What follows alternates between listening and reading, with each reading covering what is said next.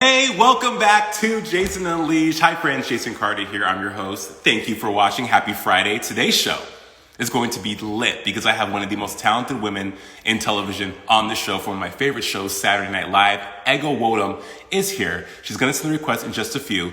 She's amazing. She's the shit. She makes Saturday nights and then the next day on the rewatch that much better. And I'm just so happy that she's going to be on the show. You guys know the drill. If you have any questions, hit me in the comments below, in the question box below. And we're going to have a conversation with someone who has just really been a standout on the show and beyond SNL. She has her own YouTube content, and she's just been doing her thing for a while. So it's awesome to see her on such a huge platform in a legendary show as a black comedian on Saturday Night Live. She joins the ranks of legends like Leslie Jones, Zazir Samata, Denitra Vance, so many great, Maya Rudolph, so many great game changers that came before her. Hi, Katie Sue Green. Thank you. So, Ego is coming soon. I'm waiting for you to send a request. We had some technical difficulties before, but you know, Instagram, sabotage sometimes. Ego, where you at? Where you at? Ego, whoa, dumb.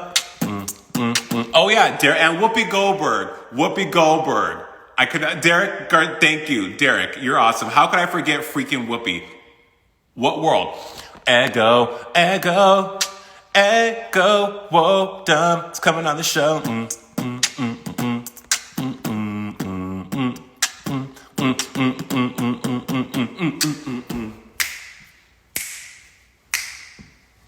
Why am I doing the Carlton dance in my own show? I'm just waiting for his request. As I said, you guys, hey AJ, thank you, man. Thank you so much for watching. I really appreciate you guys. Hope you guys had a great week. So much is happening in the world. We're trying to stay sane, trying to stay productive, trying to stay safe and healthy and support and help those that need us. So I appreciate you guys taking a little bit of time out of your day to join me and hang out. And means the world. I love it. I love it. I love it. Thank you, thank you, thank you, thank you, thank you from the bottom of my heart. Just waiting for Ego to come through. Maybe she's getting her AirPods. Bam, bam, bam, bam, bam, bam. All right, here we go. Ego, we've got Ego on the show. Ego on the show today. Okay, hi, we're back. Hi. Wait. So can they hear me? Can you Can guys you hear guys hear me? Ego? Say, give me a thumbs up if you can. Someone say, okay. Oh, Somebody. you know what? People. Yeah, They're joining. they're joining. Okay. They're joining. They're joining. They can't. They're joining. We're getting hello, Jason. We got a thumbs up. They can hear me. They Okay, can hear me. boom, Okay. boom. Okay, I so have AirPods, but I'm tired of them sitting in my ear. same, and it's and me. I have spent like $300 on like equipment for Instagram Live, and I'm just like, can I just live my life naturally? But girl, you're living your life. Let's get into how you're living your life Yeah. because your story I have followed since you became even before SNL. Fan of yours on YouTube. UCB, you're a ballet, you're a trained ballerina. I mean, you are just so many wonderful things that just makes my heart so happy.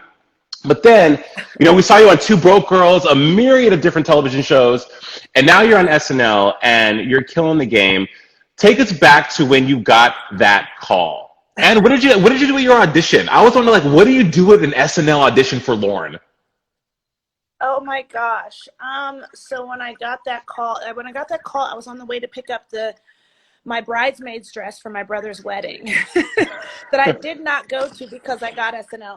So I was couch surfing. I feel like I've told the story a couple times, but I was running from roaches that were in my apartment in LA. Sometimes it bees So like that. sometimes roaches are active, and so you gotta. I was out running them, and then I got that call. Then I moved to New York the next day, Wow. actually. And that's pretty wild. I can't imagine that turnaround was insane. And then I think America found out, or the world found out the day after I moved. So it was all very fast. In my audition, what did I do? I do a YouTube vlogger who like misuses hashtags. I did Maya Angelou Yeah. telling Yo Mama jokes. I did let me think. It's so long ago now, and the world has changed so much since then. What else did I do? Oh, I did an impression of my mother, um, who is Nigerian, and lots of Nigerians want their parents to, excuse me, their kids to be doctors. So I did Right. my mom, basically imploring me to be a doctor. Um, I did a character that I'm really excited about. I did a parent at LeBron James I Promise School as well. So at the time that was really big in the news and topical. So I did a fun one from that. And a 911 dispatcher. It's all coming back to me now. So And- yeah. But those are some. I'm sure you brought some of those characters to life on SNL because, like I said in the opening, you know it's a huge ensemble cast. There's so many dynamic personalities of every walk of life, every race, and yet you stand out so much. And that's just from me watching. And look, I'm an SNL fan, like die hard. I watch. I look for like behind the scenes stuff. I'm that dude. I'm that guy. So Okay. it's Okay. Okay. You're a a real fan. a real fan. So it's great to see you shine. Thing is off limits in comedy, right? And SNL over the years, Ego, has been this place where the host and even in the content and the skits have mirrored what's going on in the world today. We're in a heightened experience with COVID, also with racial injustice and what's just transpiring in America. What have the conversations been like in the writers' room and with your castmates in regards to bringing levity to some of these things, or just the conversations in regards to you being a black female in America with your castmates? So, honey, we're off. We're not at work anymore. So, our finale episode was the second week or first week of May, that first Mm-hmm. Saturday.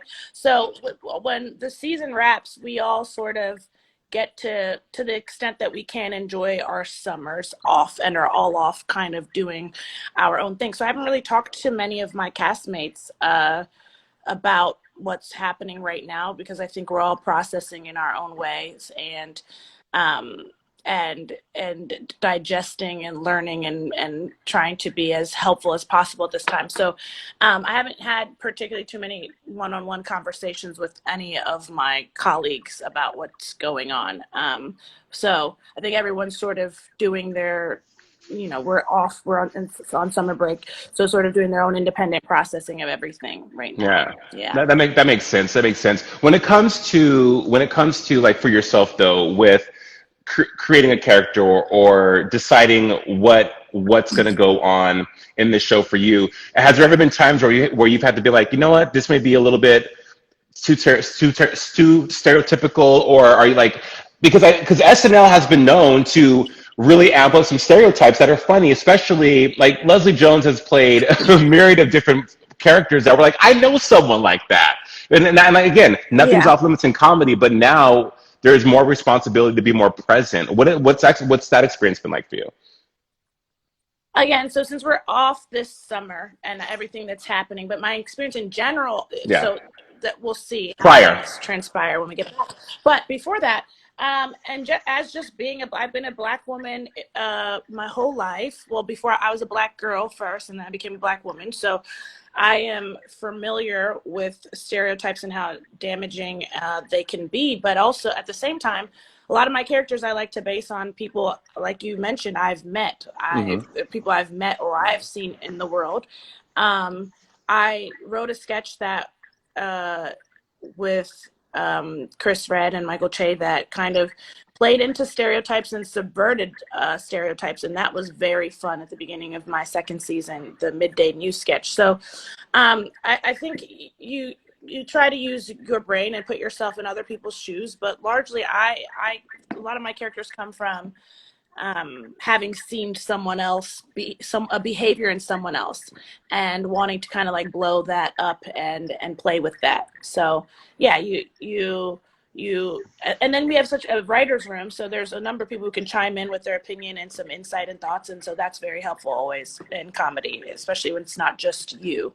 That is part of the process. So it's something to always pay attention to, but again, being in this skin and in this body, it's, I think, a natural part of the process. 100%. I mean, you moved to the world as a woman of color, so that makes complete sense. An actress, though, Yeah. people don't realize that you have to act to be on SNL, and acting was your first love, and then you transitioned into comedy. Would you? I mean, you've UCB. You've done the work. You've pounded the pavement. You've grinded. Would you return to acting outside of comedy? And would you? And what would be roles that you'd want to play? Would you do like drama? Like, what would be the ultimate ego role? Yeah, I don't feel like I've ever left acting. Like you said, comedy, especially doing sketch comedy, requires some acting. I don't think people would enjoy watching a sketch comedian who could not act. So it's the two go hand in hand. So I absolutely want to do more acting. This is the beginning of my career as far as the world knows it. So yeah, my ideal role though, my favorite movies are heist movies. So I want to be in a heist movie. So maybe it's like a set, like I would love to be in the remake of Set It Off. I was just gonna say that. I was like, set it off, dope. Set it off has to ego. Set it off has to be one of the dopest female-led movies of all time. You want to go rob a McDonald's after you watch Set It Off? Yeah, basically, or somewhere. I mean, somewhere better food than McDonald's. Better food. McDonald's is bomb. I'm sorry, a double quarter pounder is good. Okay. See, okay, because I don't eat McDonald's, so I can't speak to it. But it's not because I'm healthy. I like an In-N-Out. Listen, we could get into food if you've got time later. We'll get into that. That's another one of my passions. I'm a foodie myself. We can talk about, and I've actually discovered I can actually cook in quarantine. So thank you, universe. Thank you. But Oh, wonderful. so heist movies is something you'd want to do. I mean, for sure, you could definitely see you doing that. Writing though, you on YouTube, people need to get into your YouTube because some of the most creative, nuanced content you have delivered with your characters on your own Ed Kelly YouTube channel and everything else. I mean, it's incredible. So that's a web series that my friend and I wrote way back. My friend Kim Cooper and I wrote way back when, just to sort of create something and play around. Since then, I've learned so much. I don't consider myself a YouTuber. I namely like don't do largely my performance that before SNL would be like on the stage at UCB or like live comedy wherever. So that was a web series, something my friend and I wanted to put on the internet. It's one of the few things of mine that is on the internet. And I have learned so much since then, but it was just fun. It was born of my friend being like, she heard me tell a barista my name was Kelly once because I was like, it doesn't matter what my name is. And if I tell them it's Ego, they're going to be like, how do I spell that? And what do I? And I'm like, just give me my ice latte. So she heard me say that. And then I told her it was the actual exchange from that web series where I say, she's like, she goes, Kelly. And I go, yeah, it's my middle name. And she's like, it's your middle name? And I'm like, no, is actually what happened with us. So she and I wanted to play around. She's one of my best friends, and I really enjoy creating with her and working with her. So it was fun to get to do that. Like very early days, one of the first things I ever did on the internet. And since then I have learned and grown so much, but it was fun to do that. And it's fun to get in the ring and try something new. New is always scary to embark on, especially in this industry, because you want success. You don't know what's going to work or what's going to not work. How did you, or where did your drive come from to just keep going when things possibly weren't happening, or there was downtime, or your agents, you get more no's than yeses in this business. Where was that drive? Where did your drive come from? Well, I in general, like first of all, being Nigerian, I feel like the hard workingness is like in my veins and in my DNA. So that's a start. And then I knew what I wanted to do, and I knew that I could do it. And if given the opportunity to do it, I could do it well. So you are kind of waiting for that opportunity to show you can do it. But in the meantime, you create your own opportunities. And I think for me, staying creative myself and on my own and doing shows with friends and creating things with friends is what kept me going largely, is just having that outlet and doing work on my own, and again creating the things I was like dreaming of. Like I want someone to pay me to do this thing, and it's like, well, do it for free first. Do it for free first, and then eventually somebody will, hopefully. Right. But that, I mean, things certainly were challenging and at times really discouraging, but just having an outlet and a support system, I think those things made such a big difference.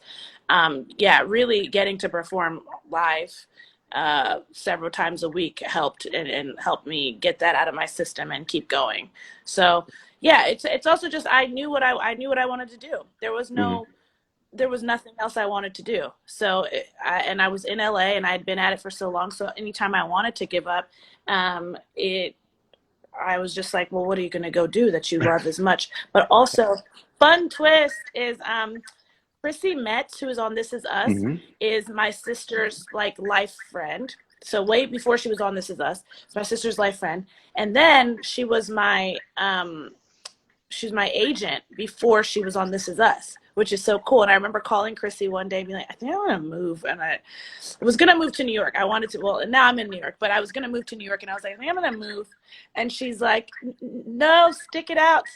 And it's so incredible because I'm so grateful for her. And I remember that very pointedly, her telling me to stay. And maybe she was lying. She's like, well, how long have you been here? And I was like, 7 years. And she's like, that's right around when people get the itch to move. And she could have been lying, but it worked on me. And I think, for good, you tell those lies that are, it worked and it made me stay. And she, and now look at her. And it's so cool to be able to say that she was part of the reason I stuck it out. It's Chrissy. She was my agent. And now she's freaking Chrissy Metz. I know, the universe. Like, we're so thankful to Chrissy for This Is Us, and now we're so thankful to Chrissy for you. I mean, thank you. The gifts, the gems, the gifts that we're getting just keep on coming, like a deluge of Ego Nwodim gifts.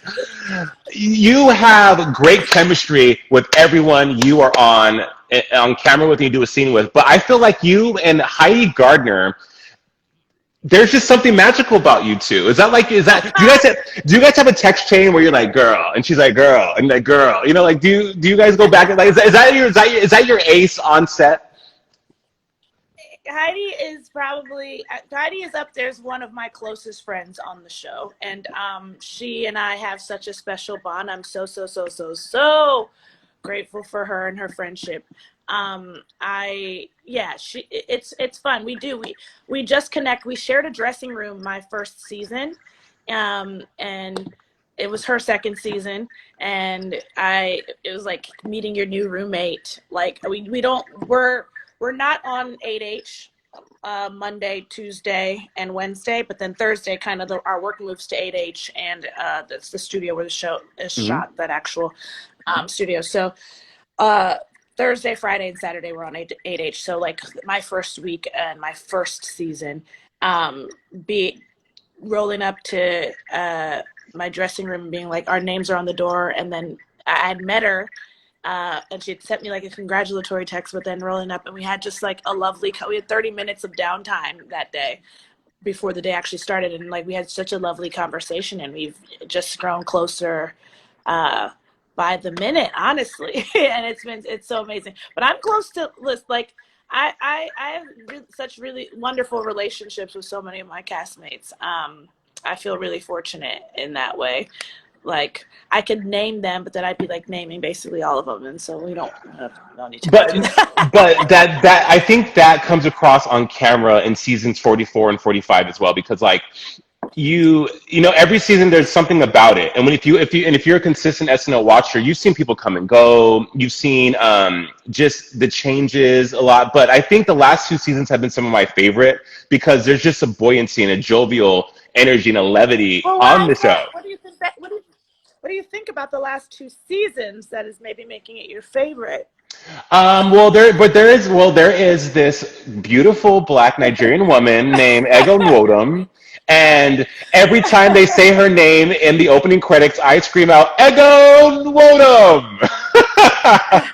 What's so also funny, my opening credits, I rode a bike for that, as you guys have seen, which is very funny because the day we were shooting them, Um, the day we were shooting that, they like maybe a couple hours before, they were like, "Oh, by the way, do you know how to ride a bike?" And the answer could have been no, and thank God for all of them. It was yes, but it was funny. And someone had to like, I was riding that on the roof of 30 Rock. That I was riding the bike on the roof of 30 Rock, and they had to like across. So like I feel like one false move and I could have ended up on the street. So it was very fun. Someone had to like stop me, like grab the bike each time I went in either direction and like stop it so that I didn't topple over the edge of the building. It was very, very, very fun. I know that sounds scary, but it was fun. It was very fun. One, I'm glad that worked out for you. And two, I have to say, they give you the best lace front wigs for your characters because, I mean, the wigs are on point. But with that, out of all the characters you have played on SNL, what has been and what has been the one that you're like, damn, I did that, or the one that was like, wow, this means so much to me. When I look back at that character, you're the proudest. That's a hard. I know it's probably a hard question because you played so many. Yeah.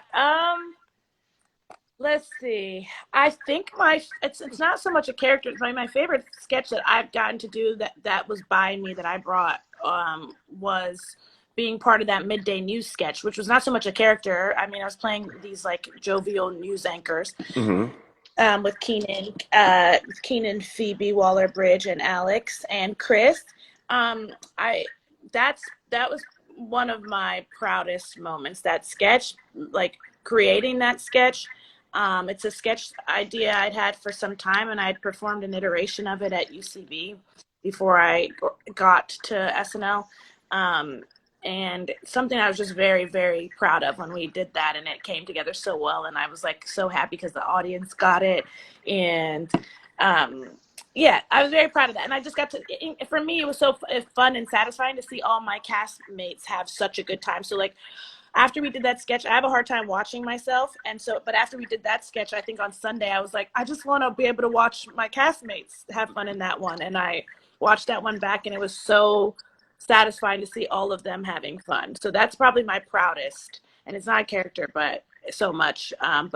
That's probably my proudest sketch so far. That's so dope. You joined the ranks of legendary black females of SNL: Whoopi, Sajir, Leslie, Maya, Denitra, Ellen Cleghorn. I mean, you are a part of royalty, and SNL has, I feel, from me watching all these years, has made a point to celebrate blackness through the years. When do you pinch yourself sometime when you walk into 8H into 30 Rock and be like, "Fuck, this is an American treasure. This is a television phenomenon, and I get to lend my talent to that, and they see me on this." Yeah, I think what's really cool, I think what's really amazing is that they have the portraits of every cast member in the history of the show along the wall on the 17th floor. And so sometimes you walk past that wall and it's like, this is unreal that my picture's also on this wall with these people. And Keenan had said to me, wait till like you start seeing people's photos, because he's been there for so long and it's so amazing and it's so legendary. He goes, wait till you start seeing people's pictures added after yours, and you're like, wait, those many people have come after me. So that it's very cool to be part of history in that way. But yeah, I think when I'm walking on 17 sometimes on a late writing night, I'm just like, this is crazy that my picture's up here with these people. It's pretty cool. It's cool. Ugh. I just got chills for you, Ego. I just got chills for you. All right, enough SNL talk. Let's get into you. And what is something that you've learned about yourself in quarantine? And I've been asking all my guests this because I find it. I'm sorry. This is my lip balm for my chapped lips. Okay. I find it interesting that people are having conversations about the things they discovered about themselves that they never would have had the time to before COVID and in quarantine. What is something that you've been like, oh my gosh, I'm a mutant. I have a superpower I never knew I had. I don't know if I've discovered something about myself so much as like rediscovered. I think my friends discovered that I could cook, because I eat out so much, everyone assumed that. So my refrigerator in New York before lockdown, had absolutely nothing in it. There's a picture of it somewhere on the internet, but had absolutely nothing in it. When friends would come to visit me, it'd be like, every meal you're going to have to figure out somewhere to get food because I don't have any. But my friends have been surprised to find out I know how to cook. It's just, I just don't, because I don't have time. And so that's been fun to see them shocked, like that I'm like fully making meals with sides and dessert for myself. So I know how to do it. I choose not to. I am surprised. I used to draw, and I forgot that I did like enjoy drawing, and I've done a little bit of it in quarantine, and not a lot. I feel like everything I've drawn I've posted on the internet. Maybe a couple things I haven't, but like I forgot just how much I love drawing when I was younger. So that's been fun to do more of, but even still not that much. But it was nice to be like, oh, I forgot you used to like this. You have time now. You got time. So that's what. And I also discovered I became a woman. I became a woman in quarantine. I felt like I was handling my business. I was in New York for so much of it. And I was fully just handling mine. And I was like, you know what? I'm grown now. I am grown. And so that was cool. Grown. I'm telling you, COVID will grow you up. Same, and it makes you stop. COVID will get you together. It makes you stop and Yeah, think exactly. about all the things that you never had time to really think about because this game, the industry, life, whatever, is so go, hustle, get it done, be successful, make it happen, and we've been forced to be like, okay, I can't do that right now, so all I can do is sit with my thoughts and really go deep. But I honestly think that is a silver lining that we're experiencing, and when we look back, it's going to be like, wow, I did some work on myself that I never thought I would do, and it's going to only help us going forward. So good for you for your glow up in COVID, Ego. Thank you. Of It feels like course. I grown. Um, Beyond SNL and just what you do now, what's next? Like, what do you want to do? Like, else do you want to get into besides sketch comedy and the show you do now? Like movies, of course, but like a book. What's next for you? More acting. I'm open to whatever the possibilities are. I plan to be around for a while. So I want to create my own shows as well as have a production company that creates a platform for people who are more marginalized and necessarily Yeah. haven't had the opportunity to tell their stories. So those are things I'm namely passionate about. Would love to be in that heist movie. Someone hire me to rob a bank in a movie. So yeah, I would love to do film and more TV, but yeah, I think this is the beginning of my career, as I say it, as the world knows it. But I want to do more creating, and I want to continue to grow and work with some people I admire would be super fun. So, but I'm open. What I've learned in this industry is you can't predict things. You can't predict the timing of things, You can't. and you have to sort of relinquish that desire for control and to know outcomes. And that's a beautiful thing that this industry has taught me that I like carry through life, where I sort of have a hands-off approach in that way, like work hard, but you just don't know where life is going to Right. take you. And that's what's kind of exciting and scary all in one. But I'm with it.